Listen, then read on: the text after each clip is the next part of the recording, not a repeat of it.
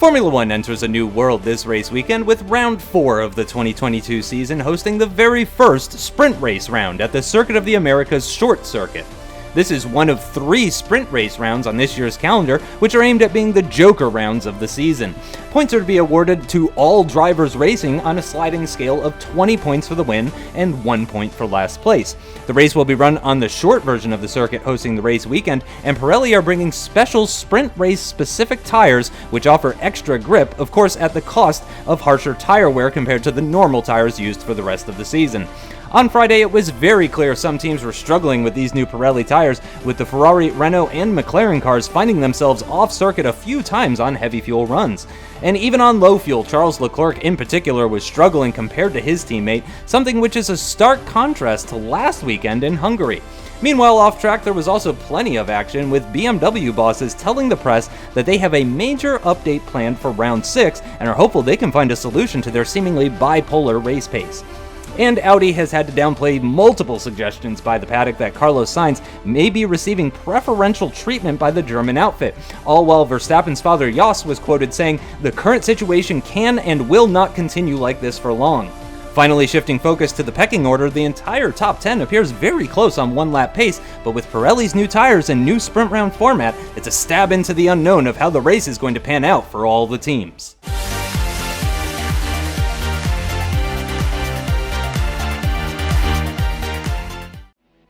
It's time to take a look at the starting grid for the 4th round of the 2022 season and the first ever sprint race in Formula One, and it's a Frenchman at the front once again, but it's Pierre Gasly who breaks Ocon's run of pole positions, going 83 thousandths quicker than the Works BMW of Sergio Perez, who once again starts from the front row. The Hungarian Grand Prix winning Renault of Ocon will start from the 2nd row of the grid and still within a tenth of the pole time. He's joined by the lead Red Bull of Giovinazzi.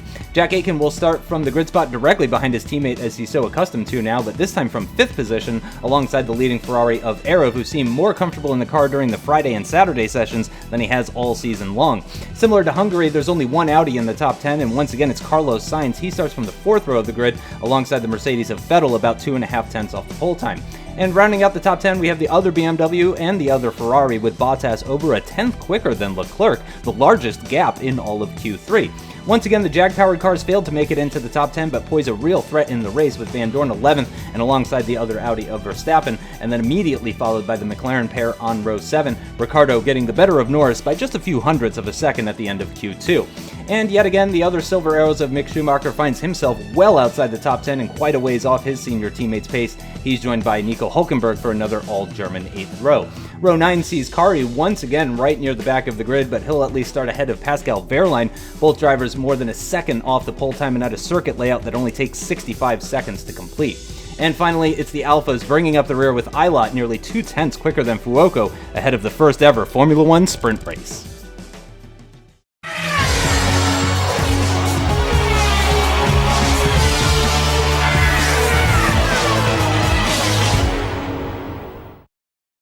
Hey, what's going on, guys? Aarava here, and welcome back to my F1 MyDriver career mode, episode number 4 today for Season 8 of the USA Grand Prix, the first of 3 sprint race rounds in this season's Formula 1 calendar. Obviously explained there in the practice portion how it's going to run down, points for all drivers, 20 for the winner and 1 for last place. It's going to be very, very exciting to see how the very first sprint race pans out. Obviously had a very chaotic episode last time at the Hungarian Grand Prix. If you did miss that, by the way, be sure to go check that one out before you see this one. Annotation in the top right, and on the bottom right of the screen you can see how the standings are after the Hungarian Grand Prix, but looking very much forward to this. We qualified pretty well here considering struggles of our car in practice, but as was mentioned in the practice portion, it's the very first time Formula 1 has had anything like this. Points for all the drivers available today and brand new tyres specific for this sprint race. So here we go then to 5 red lights for the USA sprint race. 5 red lights are out and we're on the way. It's a good start from us, but a better one from Jack Aitken up ahead in the Renault, trying to overtake his teammate Esteban Ocon into turn 1. We're going to try and have a pop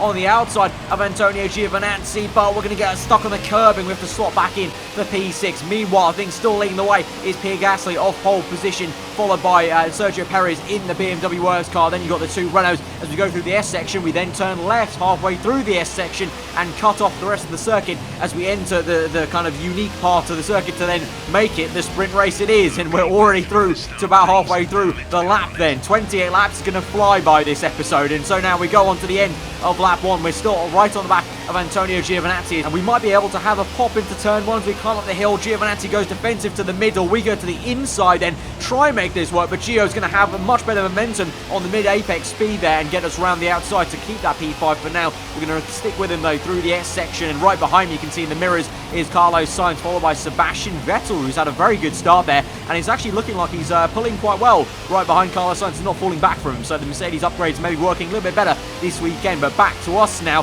through that little shortcut section, now down the inside for a bit of a dive bomb, lock up on the left tyre, little bit of contact on the side pods, but Gio squeezing us equally quite hard. We've tried to make it on the outside, it's not going to just about work out, but Gio goes really, really wide. Then on the next left-hand as we enter the heart of the stadium section, very off-camber corner, and now we switch back it on him on the racing line and almost catch him surprised there, I think, in a way. I don't think he expected us to be there on the inside, and we do get it, and we're up into P5. So a little bit questionable on the track limits from both of us, but I think the FI kind of saw that as equaling out. And straight away then, as we go through the last corner then, looks like Carlos Sainz, as we go onto a nice nose cam, and you can really see the speed of the Audi climbing up the gears, is looking like to make a pass. Then Carlos Sainz on the inside there, he goes really quite deep though, and he's trying to block off Giovinazzi. That's why he's gone deep, and Gio's still there on his right hand side, and I think he's just still got his nose in. So Carlos Sainz doesn't have the move done yet, but into the S section he will do, and he's up ahead of the Italian. So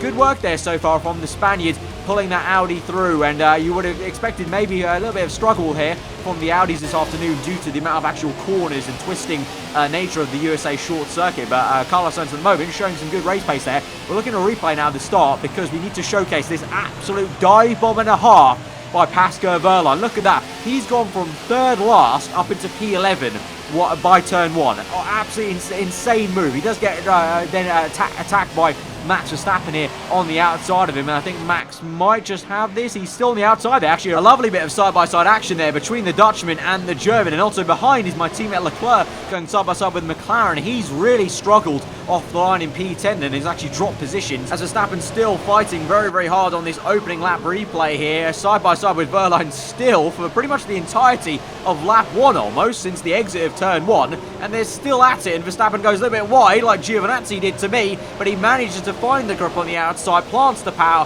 and he does get it eventually into the triple right-hander. So that was a very exciting opening lap there for Max Verstappen. We now move back to the live racing here, and we've got Sergio Perez now with DRS wide open, closing up on Pierre Gasly. The same for the two Renaults, but here goes now Perez on the outside. Gasly defends very hard to the inside, and that's a good bit of defensive driving there, and Gasly keeps P1 for now, but Perez right up his chuff, and you've got the two Renaults close behind fighting each other there. But the top 4 all rather close, and I'm hoping I can make it a top 5 soon enough. On to lap 7 now. We've climbed through the laps. We've just been trying to chase after the Renaults, but it's time for our very first pit stop. Ferrari calling me in for a very early one, and I was a little bit skeptical on it was seeming quite early. I would have thought maybe around lap 9 would have been a bit more ideal, but looks like Ferrari are going for a bit more of an aggressive strategy here this afternoon, and I trust them as a team. You know, I've not really trusted my teams in the past that much, and I've gone against them, but very much so far in the relationship, I'm trusting what Ferrari's decision making is going to be. Of course, me and them made that great decision back in the opening round of the Bahrain Grand Prix to go long on those super soft to get that P6 in the opening round. So, you know, I'm going to take their word for it, and we're going to pit early there, and the same thing is going to be done for Charles Leclerc, my teammate. He comes in on the very next lap, so it looks like it is very much a team decision that both of us are going to pit this early, because actually the rest of the grids are still going round on lap 8, lap 9 on their first set of ultra soft tyres. So we're both hoping that we can get a big undercut on the entire grid here, and it might work out actually, because we are gaining quite rapidly onto the back of the grid now, because we were actually in last place there because Stoffel Van Dorn has already retired out the Grand Prix, so we're at P19 last place, but we're already catching up to Callum Ilott, and now, oh no, that was Sergio Perez out of the Grand Prix, I think, with a virtual safety car now called out. Don't tell me more bad luck for the Mexican. Can this guy catch a break? There he is, his car's parked up there on the right. It is Sergio Perez out of the USA sprint race. This guy cannot catch a break. BMW can't catch a break in Formula 1 in their opening season as a works team back in Formula 1. And Perez through the last corner, parks up on the last corner. Mechanical issue, I'm guessing there. maybe a gearbox, but that's absolutely gutting then. They've already had punches to the gut, so to say, at the British Grand Prix and the Hungarian Grand Prix, and now it's just getting even worse. I mean, I really hope for their sake, really. It's just not nice to see them having such bad luck, and no one else appears to be having the same amount of it. And now we're catching up, though, back to our race on Antonio Fuoco now, on the outside of the Alfa Romeo car, of course. Still need to make the pass, but I'm hoping that it won't be that difficult, considering they are effectively the Ferrari B team there. We're going to catch up now to Callum Ilott then in what will be P15 down the inside of him, and we're now making real moves, and you can see the pace is absolutely electric on these brand new Ultra Soft tyres. So for now, I'm very much happy that Ferrari pulled me in early, and the same for Charles Leclerc, I think, because I think he'll be able to gain some good amount of time rather than being stuck in traffic in the midst of McLarens. And now we catch up on the very next lap to Nico Kari then on the Jaguar. We can see how little pace these guys now have mid-apex due to their tyres wearing out so fast. Of course, you know, stickier tyres bought for the sprint race, but that also means they wear out faster, so it kind of promotes a more aggressive strategy, as you would expect in a sprint race kind of scenario, because we're already lap 12 of 28, and these laps are flying by, just over a minute these laps taken. Look at that, Charles Leclerc setting the fast lap of the Grand Prix, my teammate there going very fast, so kind of doubly backs up that I think Ferrari made the right decision to bring us in early, because now we're right on the back then of Nico Hülkenberg in the Haas. So as we go into the triple right hand, you can see the mid-apex speed gain there down the inside. Hülkenberg literally has nothing to defend us with, and now we're going to be up into P11, and it will be P10 soon enough, I think, as Wehrlein goes on one more lap, and we're going to have the grip through the last corner and also the DRS. So here we go. Rear flap opening up, we're gaining the speed. Will he go defensive to the inside? It won't matter, we're going to go to the outside then, but we go a little bit wide, I go a little bit too deep into the corner, but we switch back on the racing line, straight on the car, a lot faster than Wehrlein has, and so fighting my old teammate here on the outside, flat out there into the S section, and we have the bigger balls, and we're up into P5 now, and so you would say, we're P5, and I can already see more cars to overtake, so I think we have actually gained big time here. Just as we go through the final corner then on lap 13 onto lap 14, halfway through this Grand Prix now, it's flown by, and we're up into P1 of the USA sprint race. So the undercut has worked out amazingly. Second place now is Pierre Gasly, so he's gone down one position, but we've jumped, not just him, but so many other cars. Also, Carlos Sainz has done well. He's jumped ahead of both Renaults, and the Renaults are now sandwiching my teammate Leclerc. Leclerc, remember, was down in P12 battling McLarens, and now he's up here in the top 5. So Ferrari, absolutely sensational strategy for them. And here's a replay now of maybe why some of the other guys in the top 10 were held up a little bit. This is Antonio Giovinazzi defending from Sebastian Vettel, Valtteri Bottas and Max Verstappen. You can see Vettel goes for the move down the inside, and he's made it work already, but even before the braking starts for turn 1, and then it's Verstappen that tries to go around the outside of the Italian. He's already overtaken Bottas then, and he's right on the back of the Italian, but Vettel doing a great job there on that replay, and showing maybe he's doing a great job to drag up that Mercedes car, because Mick Schumacher, we haven't seen much of him, but he's not really anywhere near the top 10, so Vettel doing a great job. But remember, I say top 10 in this race, the entire grid gets points, so there doesn't need to really be an emphasis on the top 10. It's really just about where everyone is, and you just got to keep on fighting, keep on racing away, because the higher you get, the more points you're going to get, even from P18 down to P19. That's a difference of 1 point, so you may as well keep on pushing. So now we cut back to the live racing action, and it's Jack Aitken trying to overtake Charles Leclerc, but he's done some great defensive driving to the last corner, and will do some more in turn 1, and just like Gasly, pushes him off wide into turn 1 to keep the position. So some really good defensive work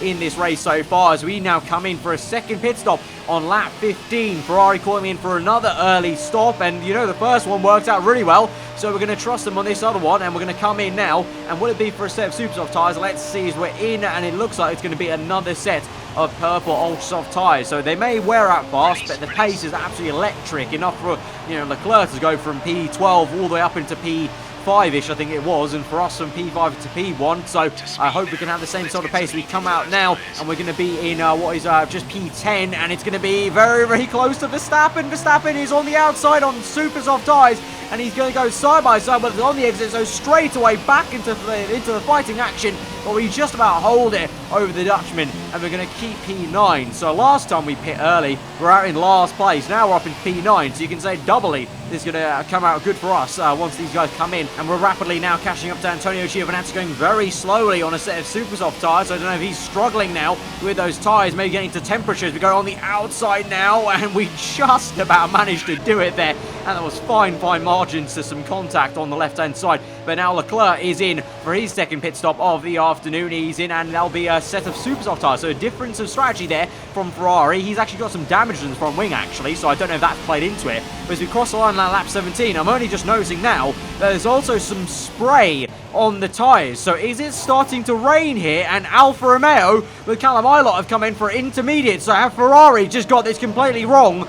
We're going to have to see, and we're going to have to wait for the conclusion of that, because we look at a replay now of Sebastian Vettel now attacking Jack Aitken. This was on the same lap as I think Leclerc came in, or I came in actually. Vettel on the outside. They lock tyres, unfortunately, so a bit of bad contact between those two. But Vettel on the outside tries to dance and flirt his way around and find the grip, as you can clearly see from this replay camera in this angle. The spray definitely is quite large, and Aitken holds it over Vettel so far, and Bottas able to close up. And now we cut back to the live racing action, and it's Ocon in, and Carlos Sainz in, and Pierre Gasly, and all the race leaders are in, and they're all on intermediate tyres. So I think it's safe to say, I think Ferrari have made a big blunder of this. Both of us, me and Leclerc, have been pulled in for an early stop, and Ferrari haven't bothered to look ahead of time on what's happening on the rain. Even, sending a guy out old school and just sticking out his hand out of the pit wall to see, oh, it's in fact raining. And so now we're on to the intermediates, and instead of being in first place, I think, well, I don't really know where we are right now. I think we're hopefully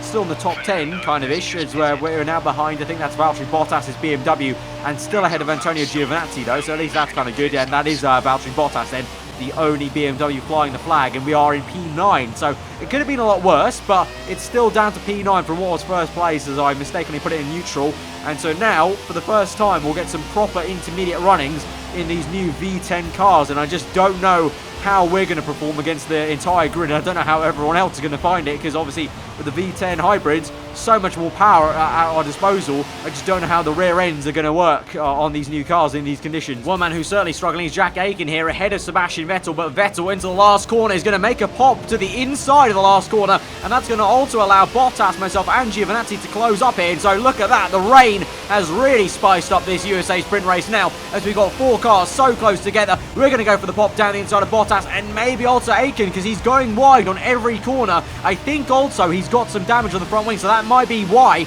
And now we cut across the racing line and do a bit of a switch from the left to the right, and we're able to get it there. That was oh so close, literally. I think like a pixel was separating my front wing from his rear end there, but we just kept it patiently in fourth gear and tried to be a bit easy on the power. And we're up now into what is P5, so we're back to where we kind of were at the very start of this Grand Prix. But Vettel doing a great job then in P4 to drag that Mercedes car up the order. And now we lock up. It's a bad mistake from us.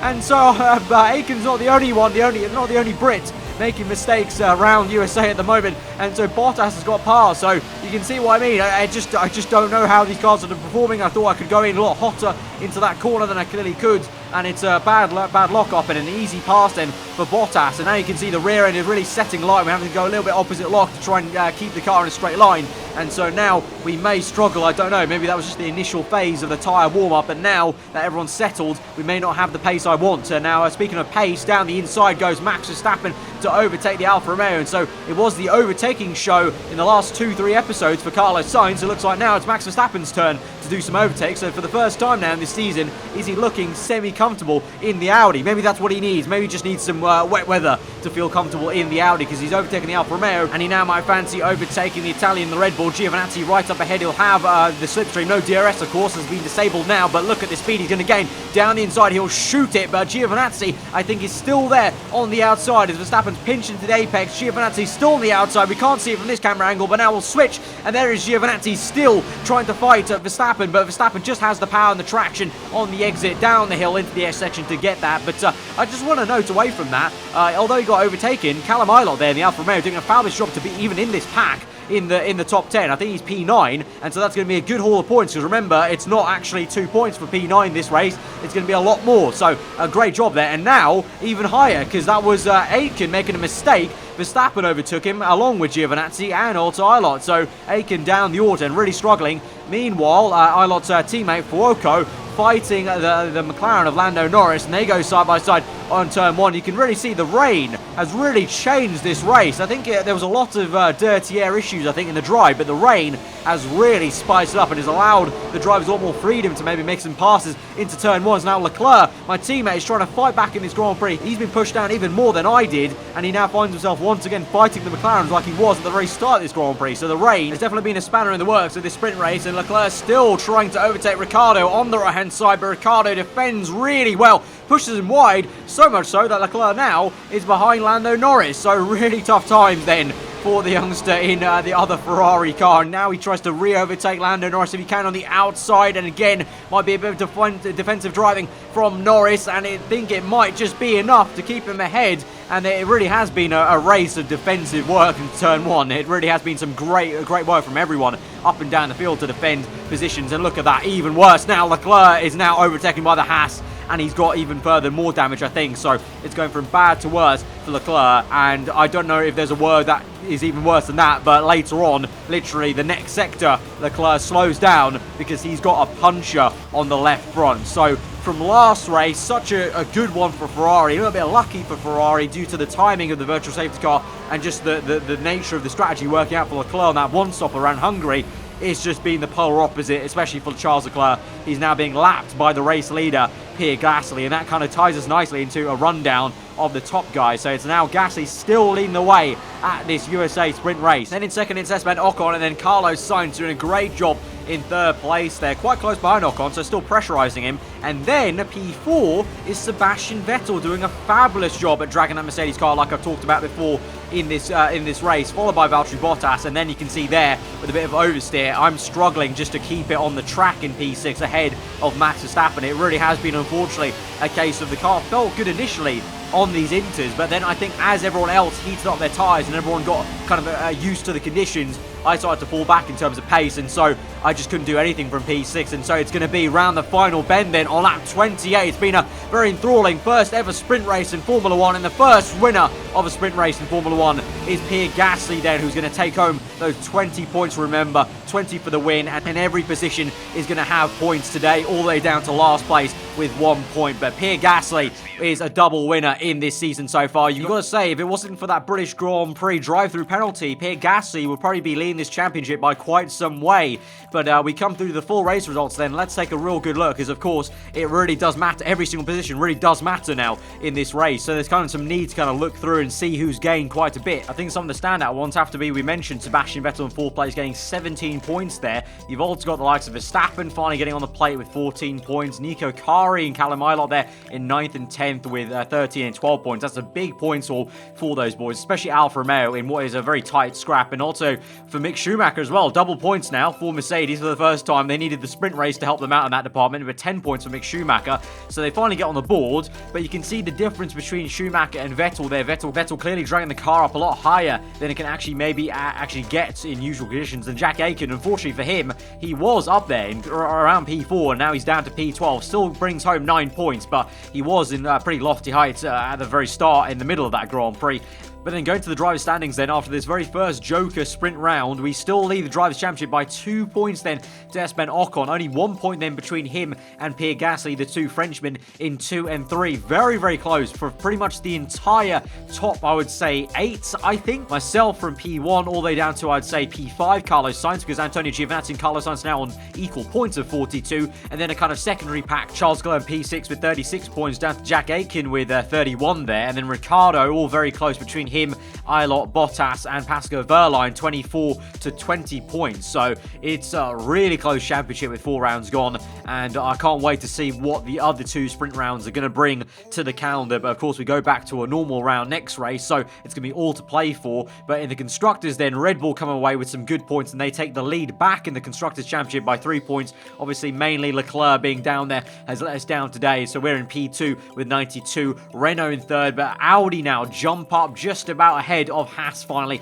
into P4. Haas there, still good, middle of the pack with 51 points. I would probably say, though, you would say they got lucky at the British Grand Prix, and so as the season goes on, I would expect them to fall back a little bit and back a bit, but Alfa Romeo doing a stunning job in P6, 29 points, just ahead of BMW, McLaren as well. And so those two have got to be really disappointed. BMW, because they've shown the pace to be up in the top 3, and McLaren should have the pace to be around where Audi are, so that'll be disappointing for them, as is Jaguar, who are now last in the championship due to Vettel's great P4 there, climbing Mercedes up into P9, just 1 point off Jaguar. So you can see in the constructors, there's actually a huge fight for every single position. You know, even the bottom end is such a tight fight, so that's really great to see. So guys, if you have enjoyed this very first sprint race and this episode of the F1 MyDriver Career Mode, smash that like button. Let me know what you thought in the comments below. If you are new around here, do get subscribed for weekly Formula 1 content. I've been aarava, hope you enjoyed today, and I will see you guys next time. Goodbye.